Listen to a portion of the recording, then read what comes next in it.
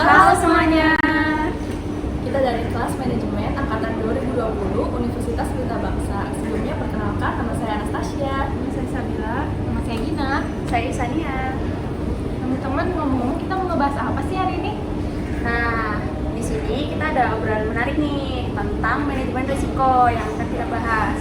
Kita kan dari latar belakang pekerjaan yang berbeda-beda nih. Nah, pasti di setiap perusahaan itu manajemen risikonya berbeda-beda. Nah, kita akan berbagi sharing nih. Apa sih yang ada di perusahaannya Anastasia, Sabila, Gina, dan saya sendiri. Nah, sebelumnya kita udah nyiapin kayak topik pembicaraannya di sini. Ya, topik yang disiapin ini nanti kita pilih masing-masing satu orang untuk dibahas bareng-bareng kayak gitu. Untuk biar nanti ada topik pembicaraan. Kan tahu sendiri ya, kalau zaman sekarang kalau ngumpul biasa kita main HP gitu kan. Jadi kayak nggak ada topiknya, itu pada diem-dieman. Jadi kita main games aja ya. Oke. Selain ini nambah wawasan, juga kita kayak ngisi waktu yang lebih bermanfaat gitu. Benar tuh. Makanya obrolan yang kita bahas ini akan menarik dan menambah wawasan. Pastinya. Ayo kita mulai yuk. Yes. Mau gambreng gimana? Yang ambil duluan siapa? Boleh? Acak aja. Gambreng aja gambreng. Gambreng. Nah, oke. Tadi kita ngambil topik ya.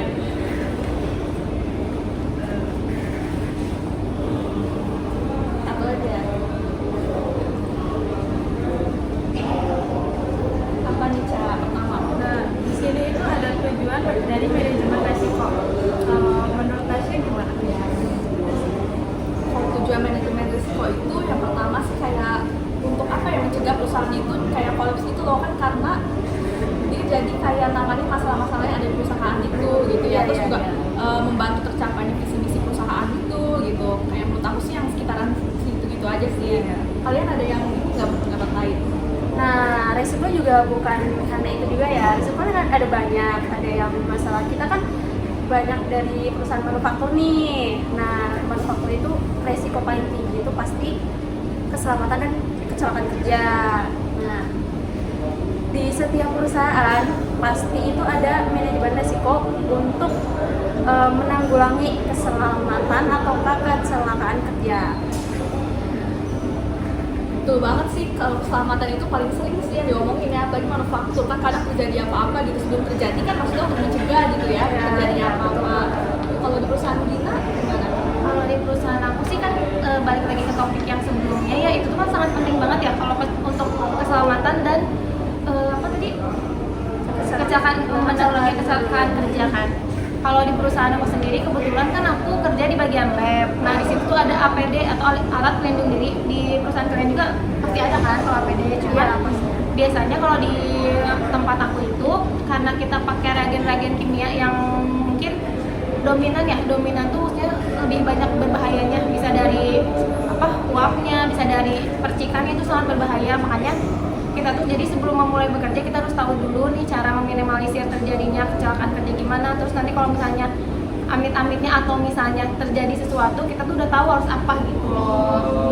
Salah satunya misalnya kalau kita mau kerja pakai sarung tangan, terus kalau misalnya kerja juga pakai masker di ruang asam, kan udah ada tempat-tempatnya gitu. Jadi kayak udah ditempatin masing-masing gitu ya. Terus Ada ada lagi ya. Kayaknya bahaya sih ya kalau Lebih di beresiko. Kalau kamu gimana, Cak? Kalau aku kan bagian marketing ya, jadi untuk tujuannya manajemen risiko sendiri itu kayak kita harus bisa mengolah dan mengidentifikasi dari masalah yang ada di perusahaan aku sendiri. Kebetulan kita sama nih bagian yang marketing juga. Belum bilang ya. Beda-beda ya ternyata yang manufaktur, lebih ke yang bahan-bahan kimia gitu ya, SOP-nya. Marketing sih nggak terlalu banyak sih alat-alat pelindung diri gitu. Namanya juga pemasaran kan, kita yang ngomong. Kayak gitu. Oke, kita lanjut ke topik selanjutnya ya. Oke. Siapa ada yang lagi atau Aku aja ya.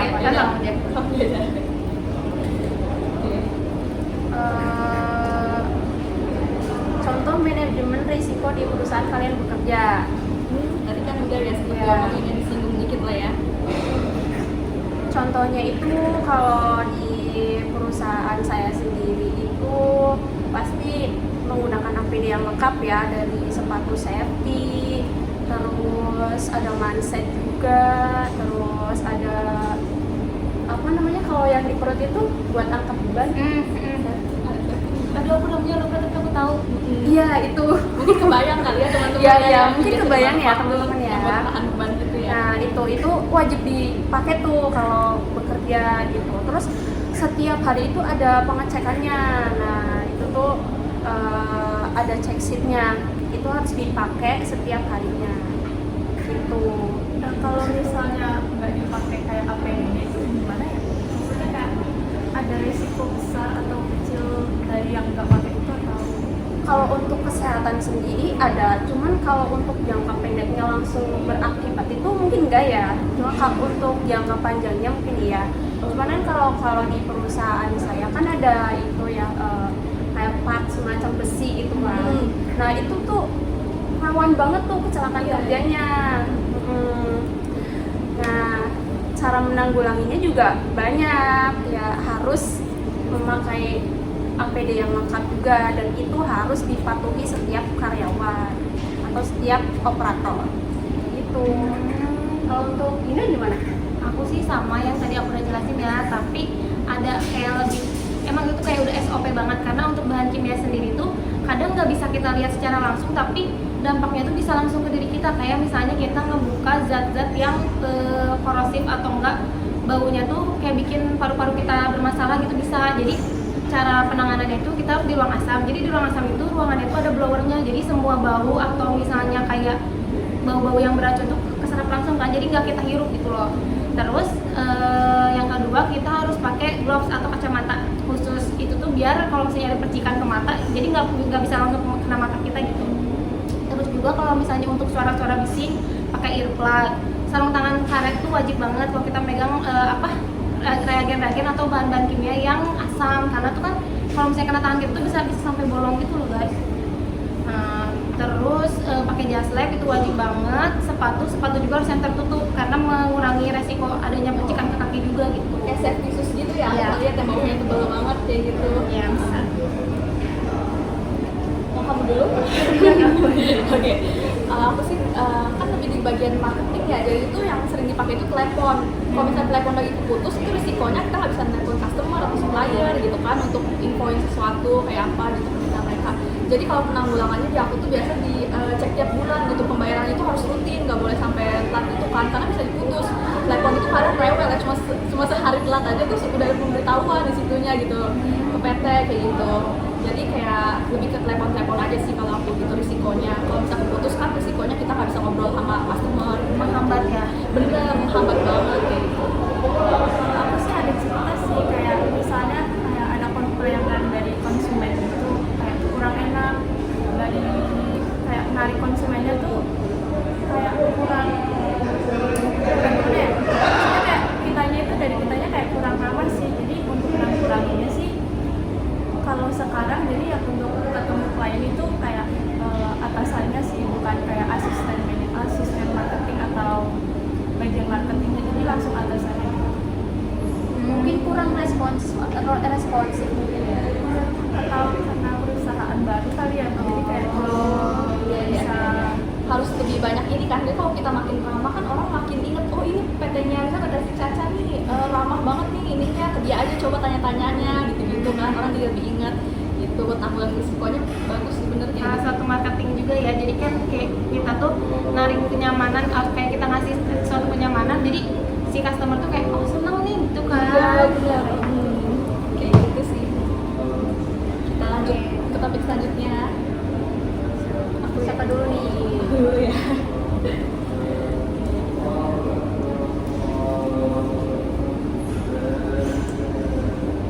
Oh ini, menurut kalian apakah manajemen risiko diperlukan dan apa yang terjadi jika tidak ada manajemen risiko? Siapa dulu nih? Mau jawab? Saya dulu. Ya oke, jawab dulu ya. Manajemen risiko itu diperluin banget sih suatu perusahaan kan, buat untuk identifikasi masalah-masalah yang ada gitu kan, kayak ngatasinnya gimana gitu loh bahkan sebelum masalahnya terjadi malahan kan diperluinnya kayak gitu. Terus kalau misalnya nggak ada manajemen risiko, ya itu bisa banyak masalah-masalah kayak kalah, makin banyak masalah-masalah yang ada gitu, kayak yang ada belibet itu perusahaan isinya ya, jadinya kan nggak teratur gitu loh, masalah-masalahnya dia nggak bisa selesaiin gitu sih. Sulit untuk nge-handle ya, apa kayak sesuatu yang mungkin bakal terjadi terus kita kayak nggak tahu, kayak nggak bisa nanggulanginnya entar tuh gimana. Kayak sulit ngambil keputusan gitu nggak sih maksudnya? Bisa Juga bener, karena kan nggak pernah ada histori resiko ini, walaupun pernah terjadi nggak diselesain misalnya gitu Iya. kan. Jadinya ya kayak gitu-gitu aja berputar-putar masalahnya gitu kan. Resiko juga perlu diatur loh, karena kan untuk menanggulangi apa aja yang gak kita itu kan, juga yang kita nggak inginkan gitu kan. Itu sih. Sama ada tingkatan risiko kan, kayak tadi kamu bilang ya, dari tingkatan kecil, sedang, besar gitu, untuk menentuin kan risikonya seberapa besar. Nah gitu, kayak gitu ya. ini kita kayak lagi main arisan ya. Kayak di sini tuh ada pengertian manajemen resiko. Kalau menurut aku sih pengertian manajemen resiko tuh kayak kita tuh mengantisipasi sesuatu yang mungkin terjadi gitu di perusahaan kita. Jadi kita kayak lebih aware, lebih punya persiapan nih kalau mungkin ada sesuatu yang bisa terjadi aja, kan kita nggak pernah tahu ya ke depannya tuh bakal ada apa gitu. Betul. Menurut kalian gimana? Kalau aku sih pemahaman sih kayak gitu, jadi kita kayak terhindar dari resiko yang resiko yang bakalan datang di perusahaan kita. Terus juga dia lebih kayak memberikan solusi-solusi kan di permasalahan. Risiko sih emang kayak kelebih yang belum terjadi sih ya, sama yang akan terjadi gitu loh dia bentuknya. Ya, Kamu sama ada sih. komentar? Kurang lebih gitu kan ya? Kurang lebih seperti itu sih, Iya. sama sih. Yang kita pahamin pokoknya intinya risiko itu berhubungan sama permasalahan, terus juga cara penyelesaiannya gitu ya. Penanggulangan dari perusahaan. Selanjutnya masih ada lah. Oh, terakhir ini ya. Oke. Contoh manajemen resiko yang kalian ketahui, boleh di kehidupan sehari-hari, boleh di perusahaan. Contohnya Jadi dalam kehidupan sehari-hari. Kalau di perusahaan kita masing-masing udah sih ya dari tadi Ya, udah dibahas ya. udah dibahas kan. Sekarang giliran yang untuk kehidupan sehari-harinya nih apa aja? apa ya kira-kira? Kayak kalau aku sih misalnya gitu ya, risiko yang sehari-hari aja nih yang simple. Kalau misalnya aku berangkat kantor kan sejam tuh dari rumah kan, jadi tuh terus juga rumah aku tuh ngelewatin rel gitu, rel kereta, dan itu setiap berapa menit gitu ya, keretanya emang tuh beruntun dia banyak gitu, dan itu cukup lama gitu, bisa 30 menitan. Jadi berangkatnya itu sedangkan waktu masuk kantor aku jam 8, biar aku nggak kesiangan dan aku nggak ditegur sama atasan, aku harus berangkat itu sekitar jam 6.30 itu buat hindarin si kereta jam 7, terus untuk 30 menit lagi baru nyampe ke kantor. Jadi nyampe kantor itu sekitar setengah 8 lah. So kalau misalnya aku telat datang nih, itu bisa kena teguran atau denda dari perusahaan gitu loh kan, buat ngatasinnya. Jadi aku ya harus bangun lebih pagi gitu. Ya betul banget. Bisa juga sih kayak kita lebih nyiapin kondisi kendaraan kita, misalnya isi bensinnya, cek oli secara berkala ya kan. Takutnya kan ada sesuatu yang menghambat gitu di jalan. Iya betul.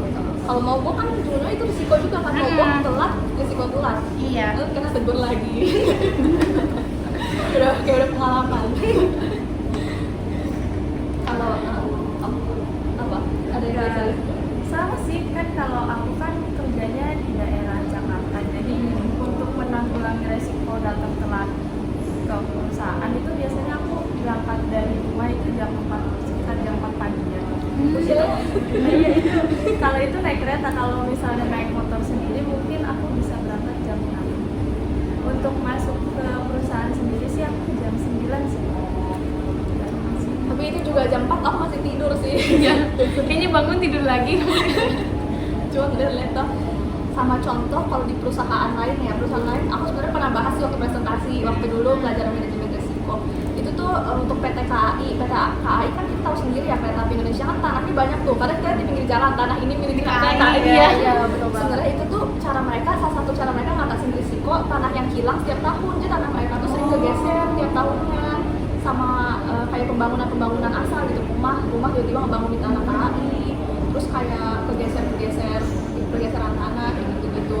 Jadi mereka ngatasinnya antara ngomong baik-baik atau nggak sampai yang dipasang pelang kayak gitu, terus pengusiran juga bisa, terus juga kayak jalur hukum juga ada hukumnya untuk tanah-tanah itu kayak gitu.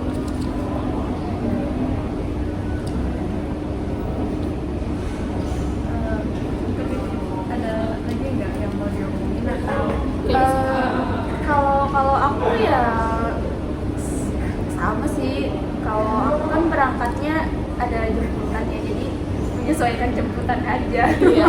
Kalau misalnya bangun kesiangan kan risiko bangun kesiangan. Iya, benar, Nggak ikut benar. jemputan. Iya. Berat. Kayak Tapi gitu. jemputan juga salah satu ini ya buat meminimalisir terjadinya kecelakaan di jalan kan. Maksudnya kan kalau jemputan lebih safety lah ya, walaupun kita nggak tahu di jalan gimana, cuma setidaknya kalau di jemputan tuh lebih aman gitu. Iya, iya benar banget sih. Benar sih ya, terus juga kayak lebih asik gak sih ya berangkatnya, jadi kayak ada teman ngobrolnya walaupun kadang tidur di jemputan. Iya, gitu iya. ya. Lebih kayak gitu. Masih ada pertanyaan lagi? Habis. Udah habis. Nah, pertanyaan kita udah habis nih.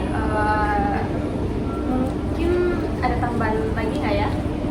Kalau aku udah sih kayak ngobrol-ngobrol sama kalian aja sih, kayak saling sharing aja gitu ya, menurutku udah lumayan lah nama-nama wawasan. Kayak tadi kamu perusahaan ini ya, kamu manufaktur, ya aku tuh nggak ada kayak gitu yang buat nahan beban gitu, karena memang nggak ada yang bagian angkat-angkat gitu pakai forklift kayak gitu. Terus kamu kayak perusahaan marketing juga mirip ya, jadi terus aku jadi kayak sharing juga kan, oh kalau kamu tuh lebih seringnya ke atasanmu yang keluar untuk nyapa langsung customer biar nanti customer lebih inget kita gitu kan, oh bosnya langsung yang turun tangan kayak gitu kan. Betul banget, kayak banyak banget ilmu buat aku juga, aku banyak yang nggak aku tahu. Setelah kita ngobrol gini aku jadi banyak tahu, kayak tadi yang KI juga yang baru tahu. Oke. Mungkin kita bakal sharing-sharing lagi nanti ya, kalian bisa komen atau misalnya ya gimana. Gimana baiknya lah mau komen atau kan ini kayaknya tahu juga anak-anak kita bangsa Iya. ya, bisa ngobrol langsung, Bisa ngobrol langsung, bisa ketemu, bisa sama-sama sharing lagi sama Iya, kita. betul. Terus yang penting sharing kita ini semoga bermanfaat ya buat semua, atau bagi kita yang mau menambah nilai buat mata kuliah manajemen resiko. Ya jadi intinya sih manajemen risiko itu sangat penting ya guys. Betul. Setelah tadi didengerin gitu ya, risiko setiap perusahaan pasti ada lah gitu ya, Iya, walaupun pasti. kecil juga ya tanpa kita sadar. Oke. Sampai ketemu lagi semua.